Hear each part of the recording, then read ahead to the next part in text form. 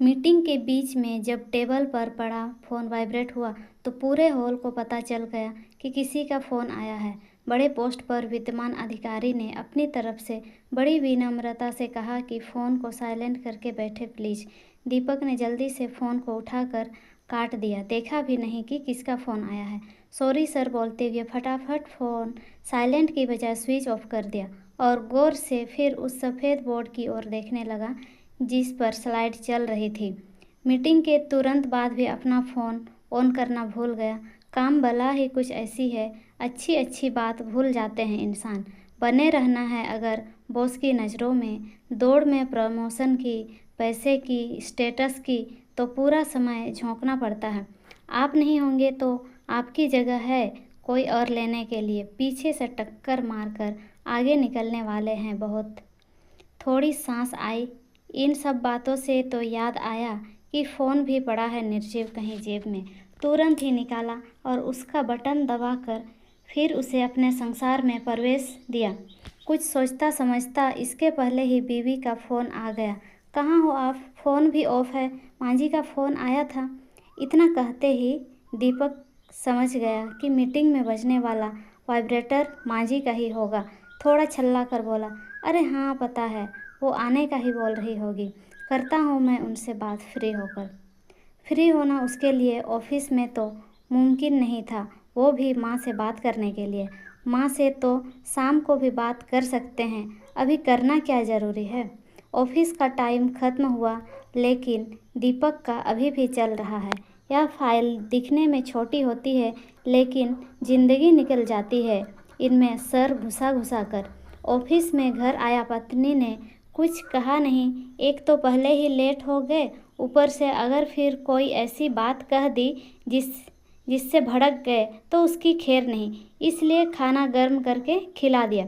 रात सोते समय दीपक ही अचानक बोला, अरे तुमने याद नहीं दिलाया, माँ को फ़ोन करना था। पत्नी बोली, कहाँ करते, यह ऑफिस थोड़ी है जो रात 12 बजे तक खुला रहे। समय देखो 1 बजा है, 11 बजे तो अपने घर में कदम रखा, कब बात करते। चद्दर झटकाते हुए अब पत्नी को एहसास हो गया था कि अब दिन का वो समय है जब वो थोड़ा बहुत पति को ताना मार सकती है। माँ को 3 साल हो गए हैं आपसे मिले, कब से कह रही है कि एक बार मिल लो, पर आप जाते ही नहीं। अरे तुम लोग तो गए थे पिछले साल।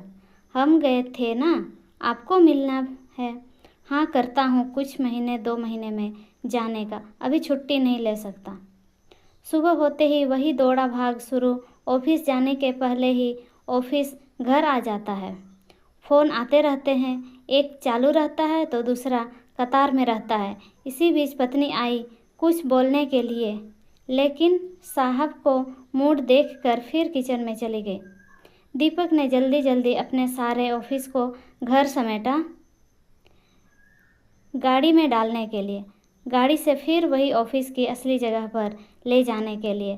पूरा दिन फिर वही करना है काम। एक बार फिर माँ का फ़ोन आया, इस बार फिर काट दिया। मन में यह सोचा कि आज तो माँ से बात करूँगा ही। थोड़ा सा माँ पर प्यार भी आया। सोचा कि अब फ़ोन आया तो ज़रूर उठा लूँगा, लेकिन फिर बजा नहीं। मन किया कि करे बात, लेकिन फिर दूसरा मन आ गया कहने की बाद में करेंगे, ऑफिस के बाद। फिर वही बात हुई, काम में उलझकर फिर से एक बार वो भूल गया माँ से बात करना। शाम को ऑफिस से जाने में फिर लेट हो गया। घर गया तब दीपक को पत्नी को देखकर याद आया कि आज उसने भी फ़ोन नहीं किया। पहले तो कुछ नहीं बोला, लेकिन खाना खाते वक्त सोचा कि पूछ लेता हूँ। इसके पहले ही पूछता पत्नी ने बोल दिया, मेरा फ़ोन ख़राब हो गया, सुबह से ऑन नहीं हो रहा है। मैं आपको बताने वाली थी, लेकिन सुबह आप बिजी थे तो नहीं बात की। दीपक कुछ उसे कहता, इसके पहले उसने घड़ी देखी, समय फिर वही 10:30 बजे। सोचा माँ से बात करूं, लेकिन फिर सोचा कि अब तक वो सो गई होगी, इसलिए फ़ोन नहीं किया। सोचा सुबह तो उठते ही फ़ोन करूँगा। इस बार इरादा पक्का था। सुबह जैसे ही ऑफिस के लिए तैयार हुआ, माँ को फ़ोन किया। फ़ोन उठाने के पहले ही सोचा कि बड़े प्यार से माँ से बात करूँगा। छुट्टी की प्लानिंग करने लगा। मन ही मन उसे लग रहा था कि माँ उसे बहुत याद कर रही है। माँ ने फ़ोन नहीं उठाया।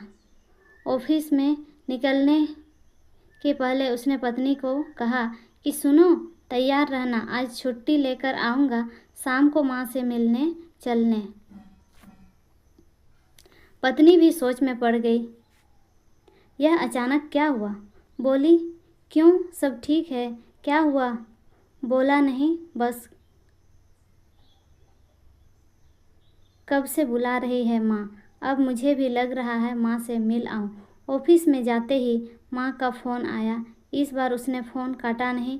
फ़ोन उठाते ही ऑफिस से सीधा घर आया। पत्नी देखकर चौंक गई। कहाँ, क्या हुआ? दीपक बोला, चलो जल्दी कार में बैठो, माँ की तबीयत ठीक नहीं है, मामा का कॉल आया था। रास्ते भर यह सोचता रहा कि माँ कैसी होगी। हड़बड़ी में घर चला गया। माँ माँ कहते घर में घुसा, लेकिन माँ नहीं थी।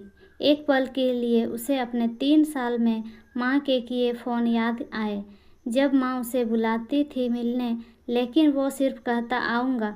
उसे भी पता था कि वो ऊपर से कहता था, जाने का कोई इरादा नहीं था। वो फ़ोन भी याद किए जिनके आने पर वो भौएं चढ़ा कर उन्हें काट देता था। यह सब घर में खड़ा होकर वो सोच ही रहा था कि पत्नी ने उसके कंधे पर हाथ रखा। अरे माँ तो अस्पताल में है, चले वहाँ। उसकी आवाज़ सुन उसका ध्यान टूटा। फिर गाड़ी घुमाई अस्पताल की ओर। मन में बस यही दुआ कि माँ ठीक हो, बस अब हर दिन बात करूँगा, माँ की नहीं मानूँगा, उनको अपने साथ ही लेकर जाऊँगा। अस्पताल पहुँचा और जब मामा ने उसे देखकर मुस्कुराते हुए कहा कि अब ठीक है, चिंता की कोई बात नहीं, इतना सुनकर फिर दीप उसकी पलकों से रुके बांध का टूटना हुआ। बच्चों की तरह रोया। माँ के कमरे में गया तो माँ ने कहा, अरे रोता क्यों है, अभी नहीं मरने वाली। ठीक है, बेवजह तुमको परेशान किया। मैं यूँ भैया को कह रही थी कि मत बुलाओ उसे, काम होगा।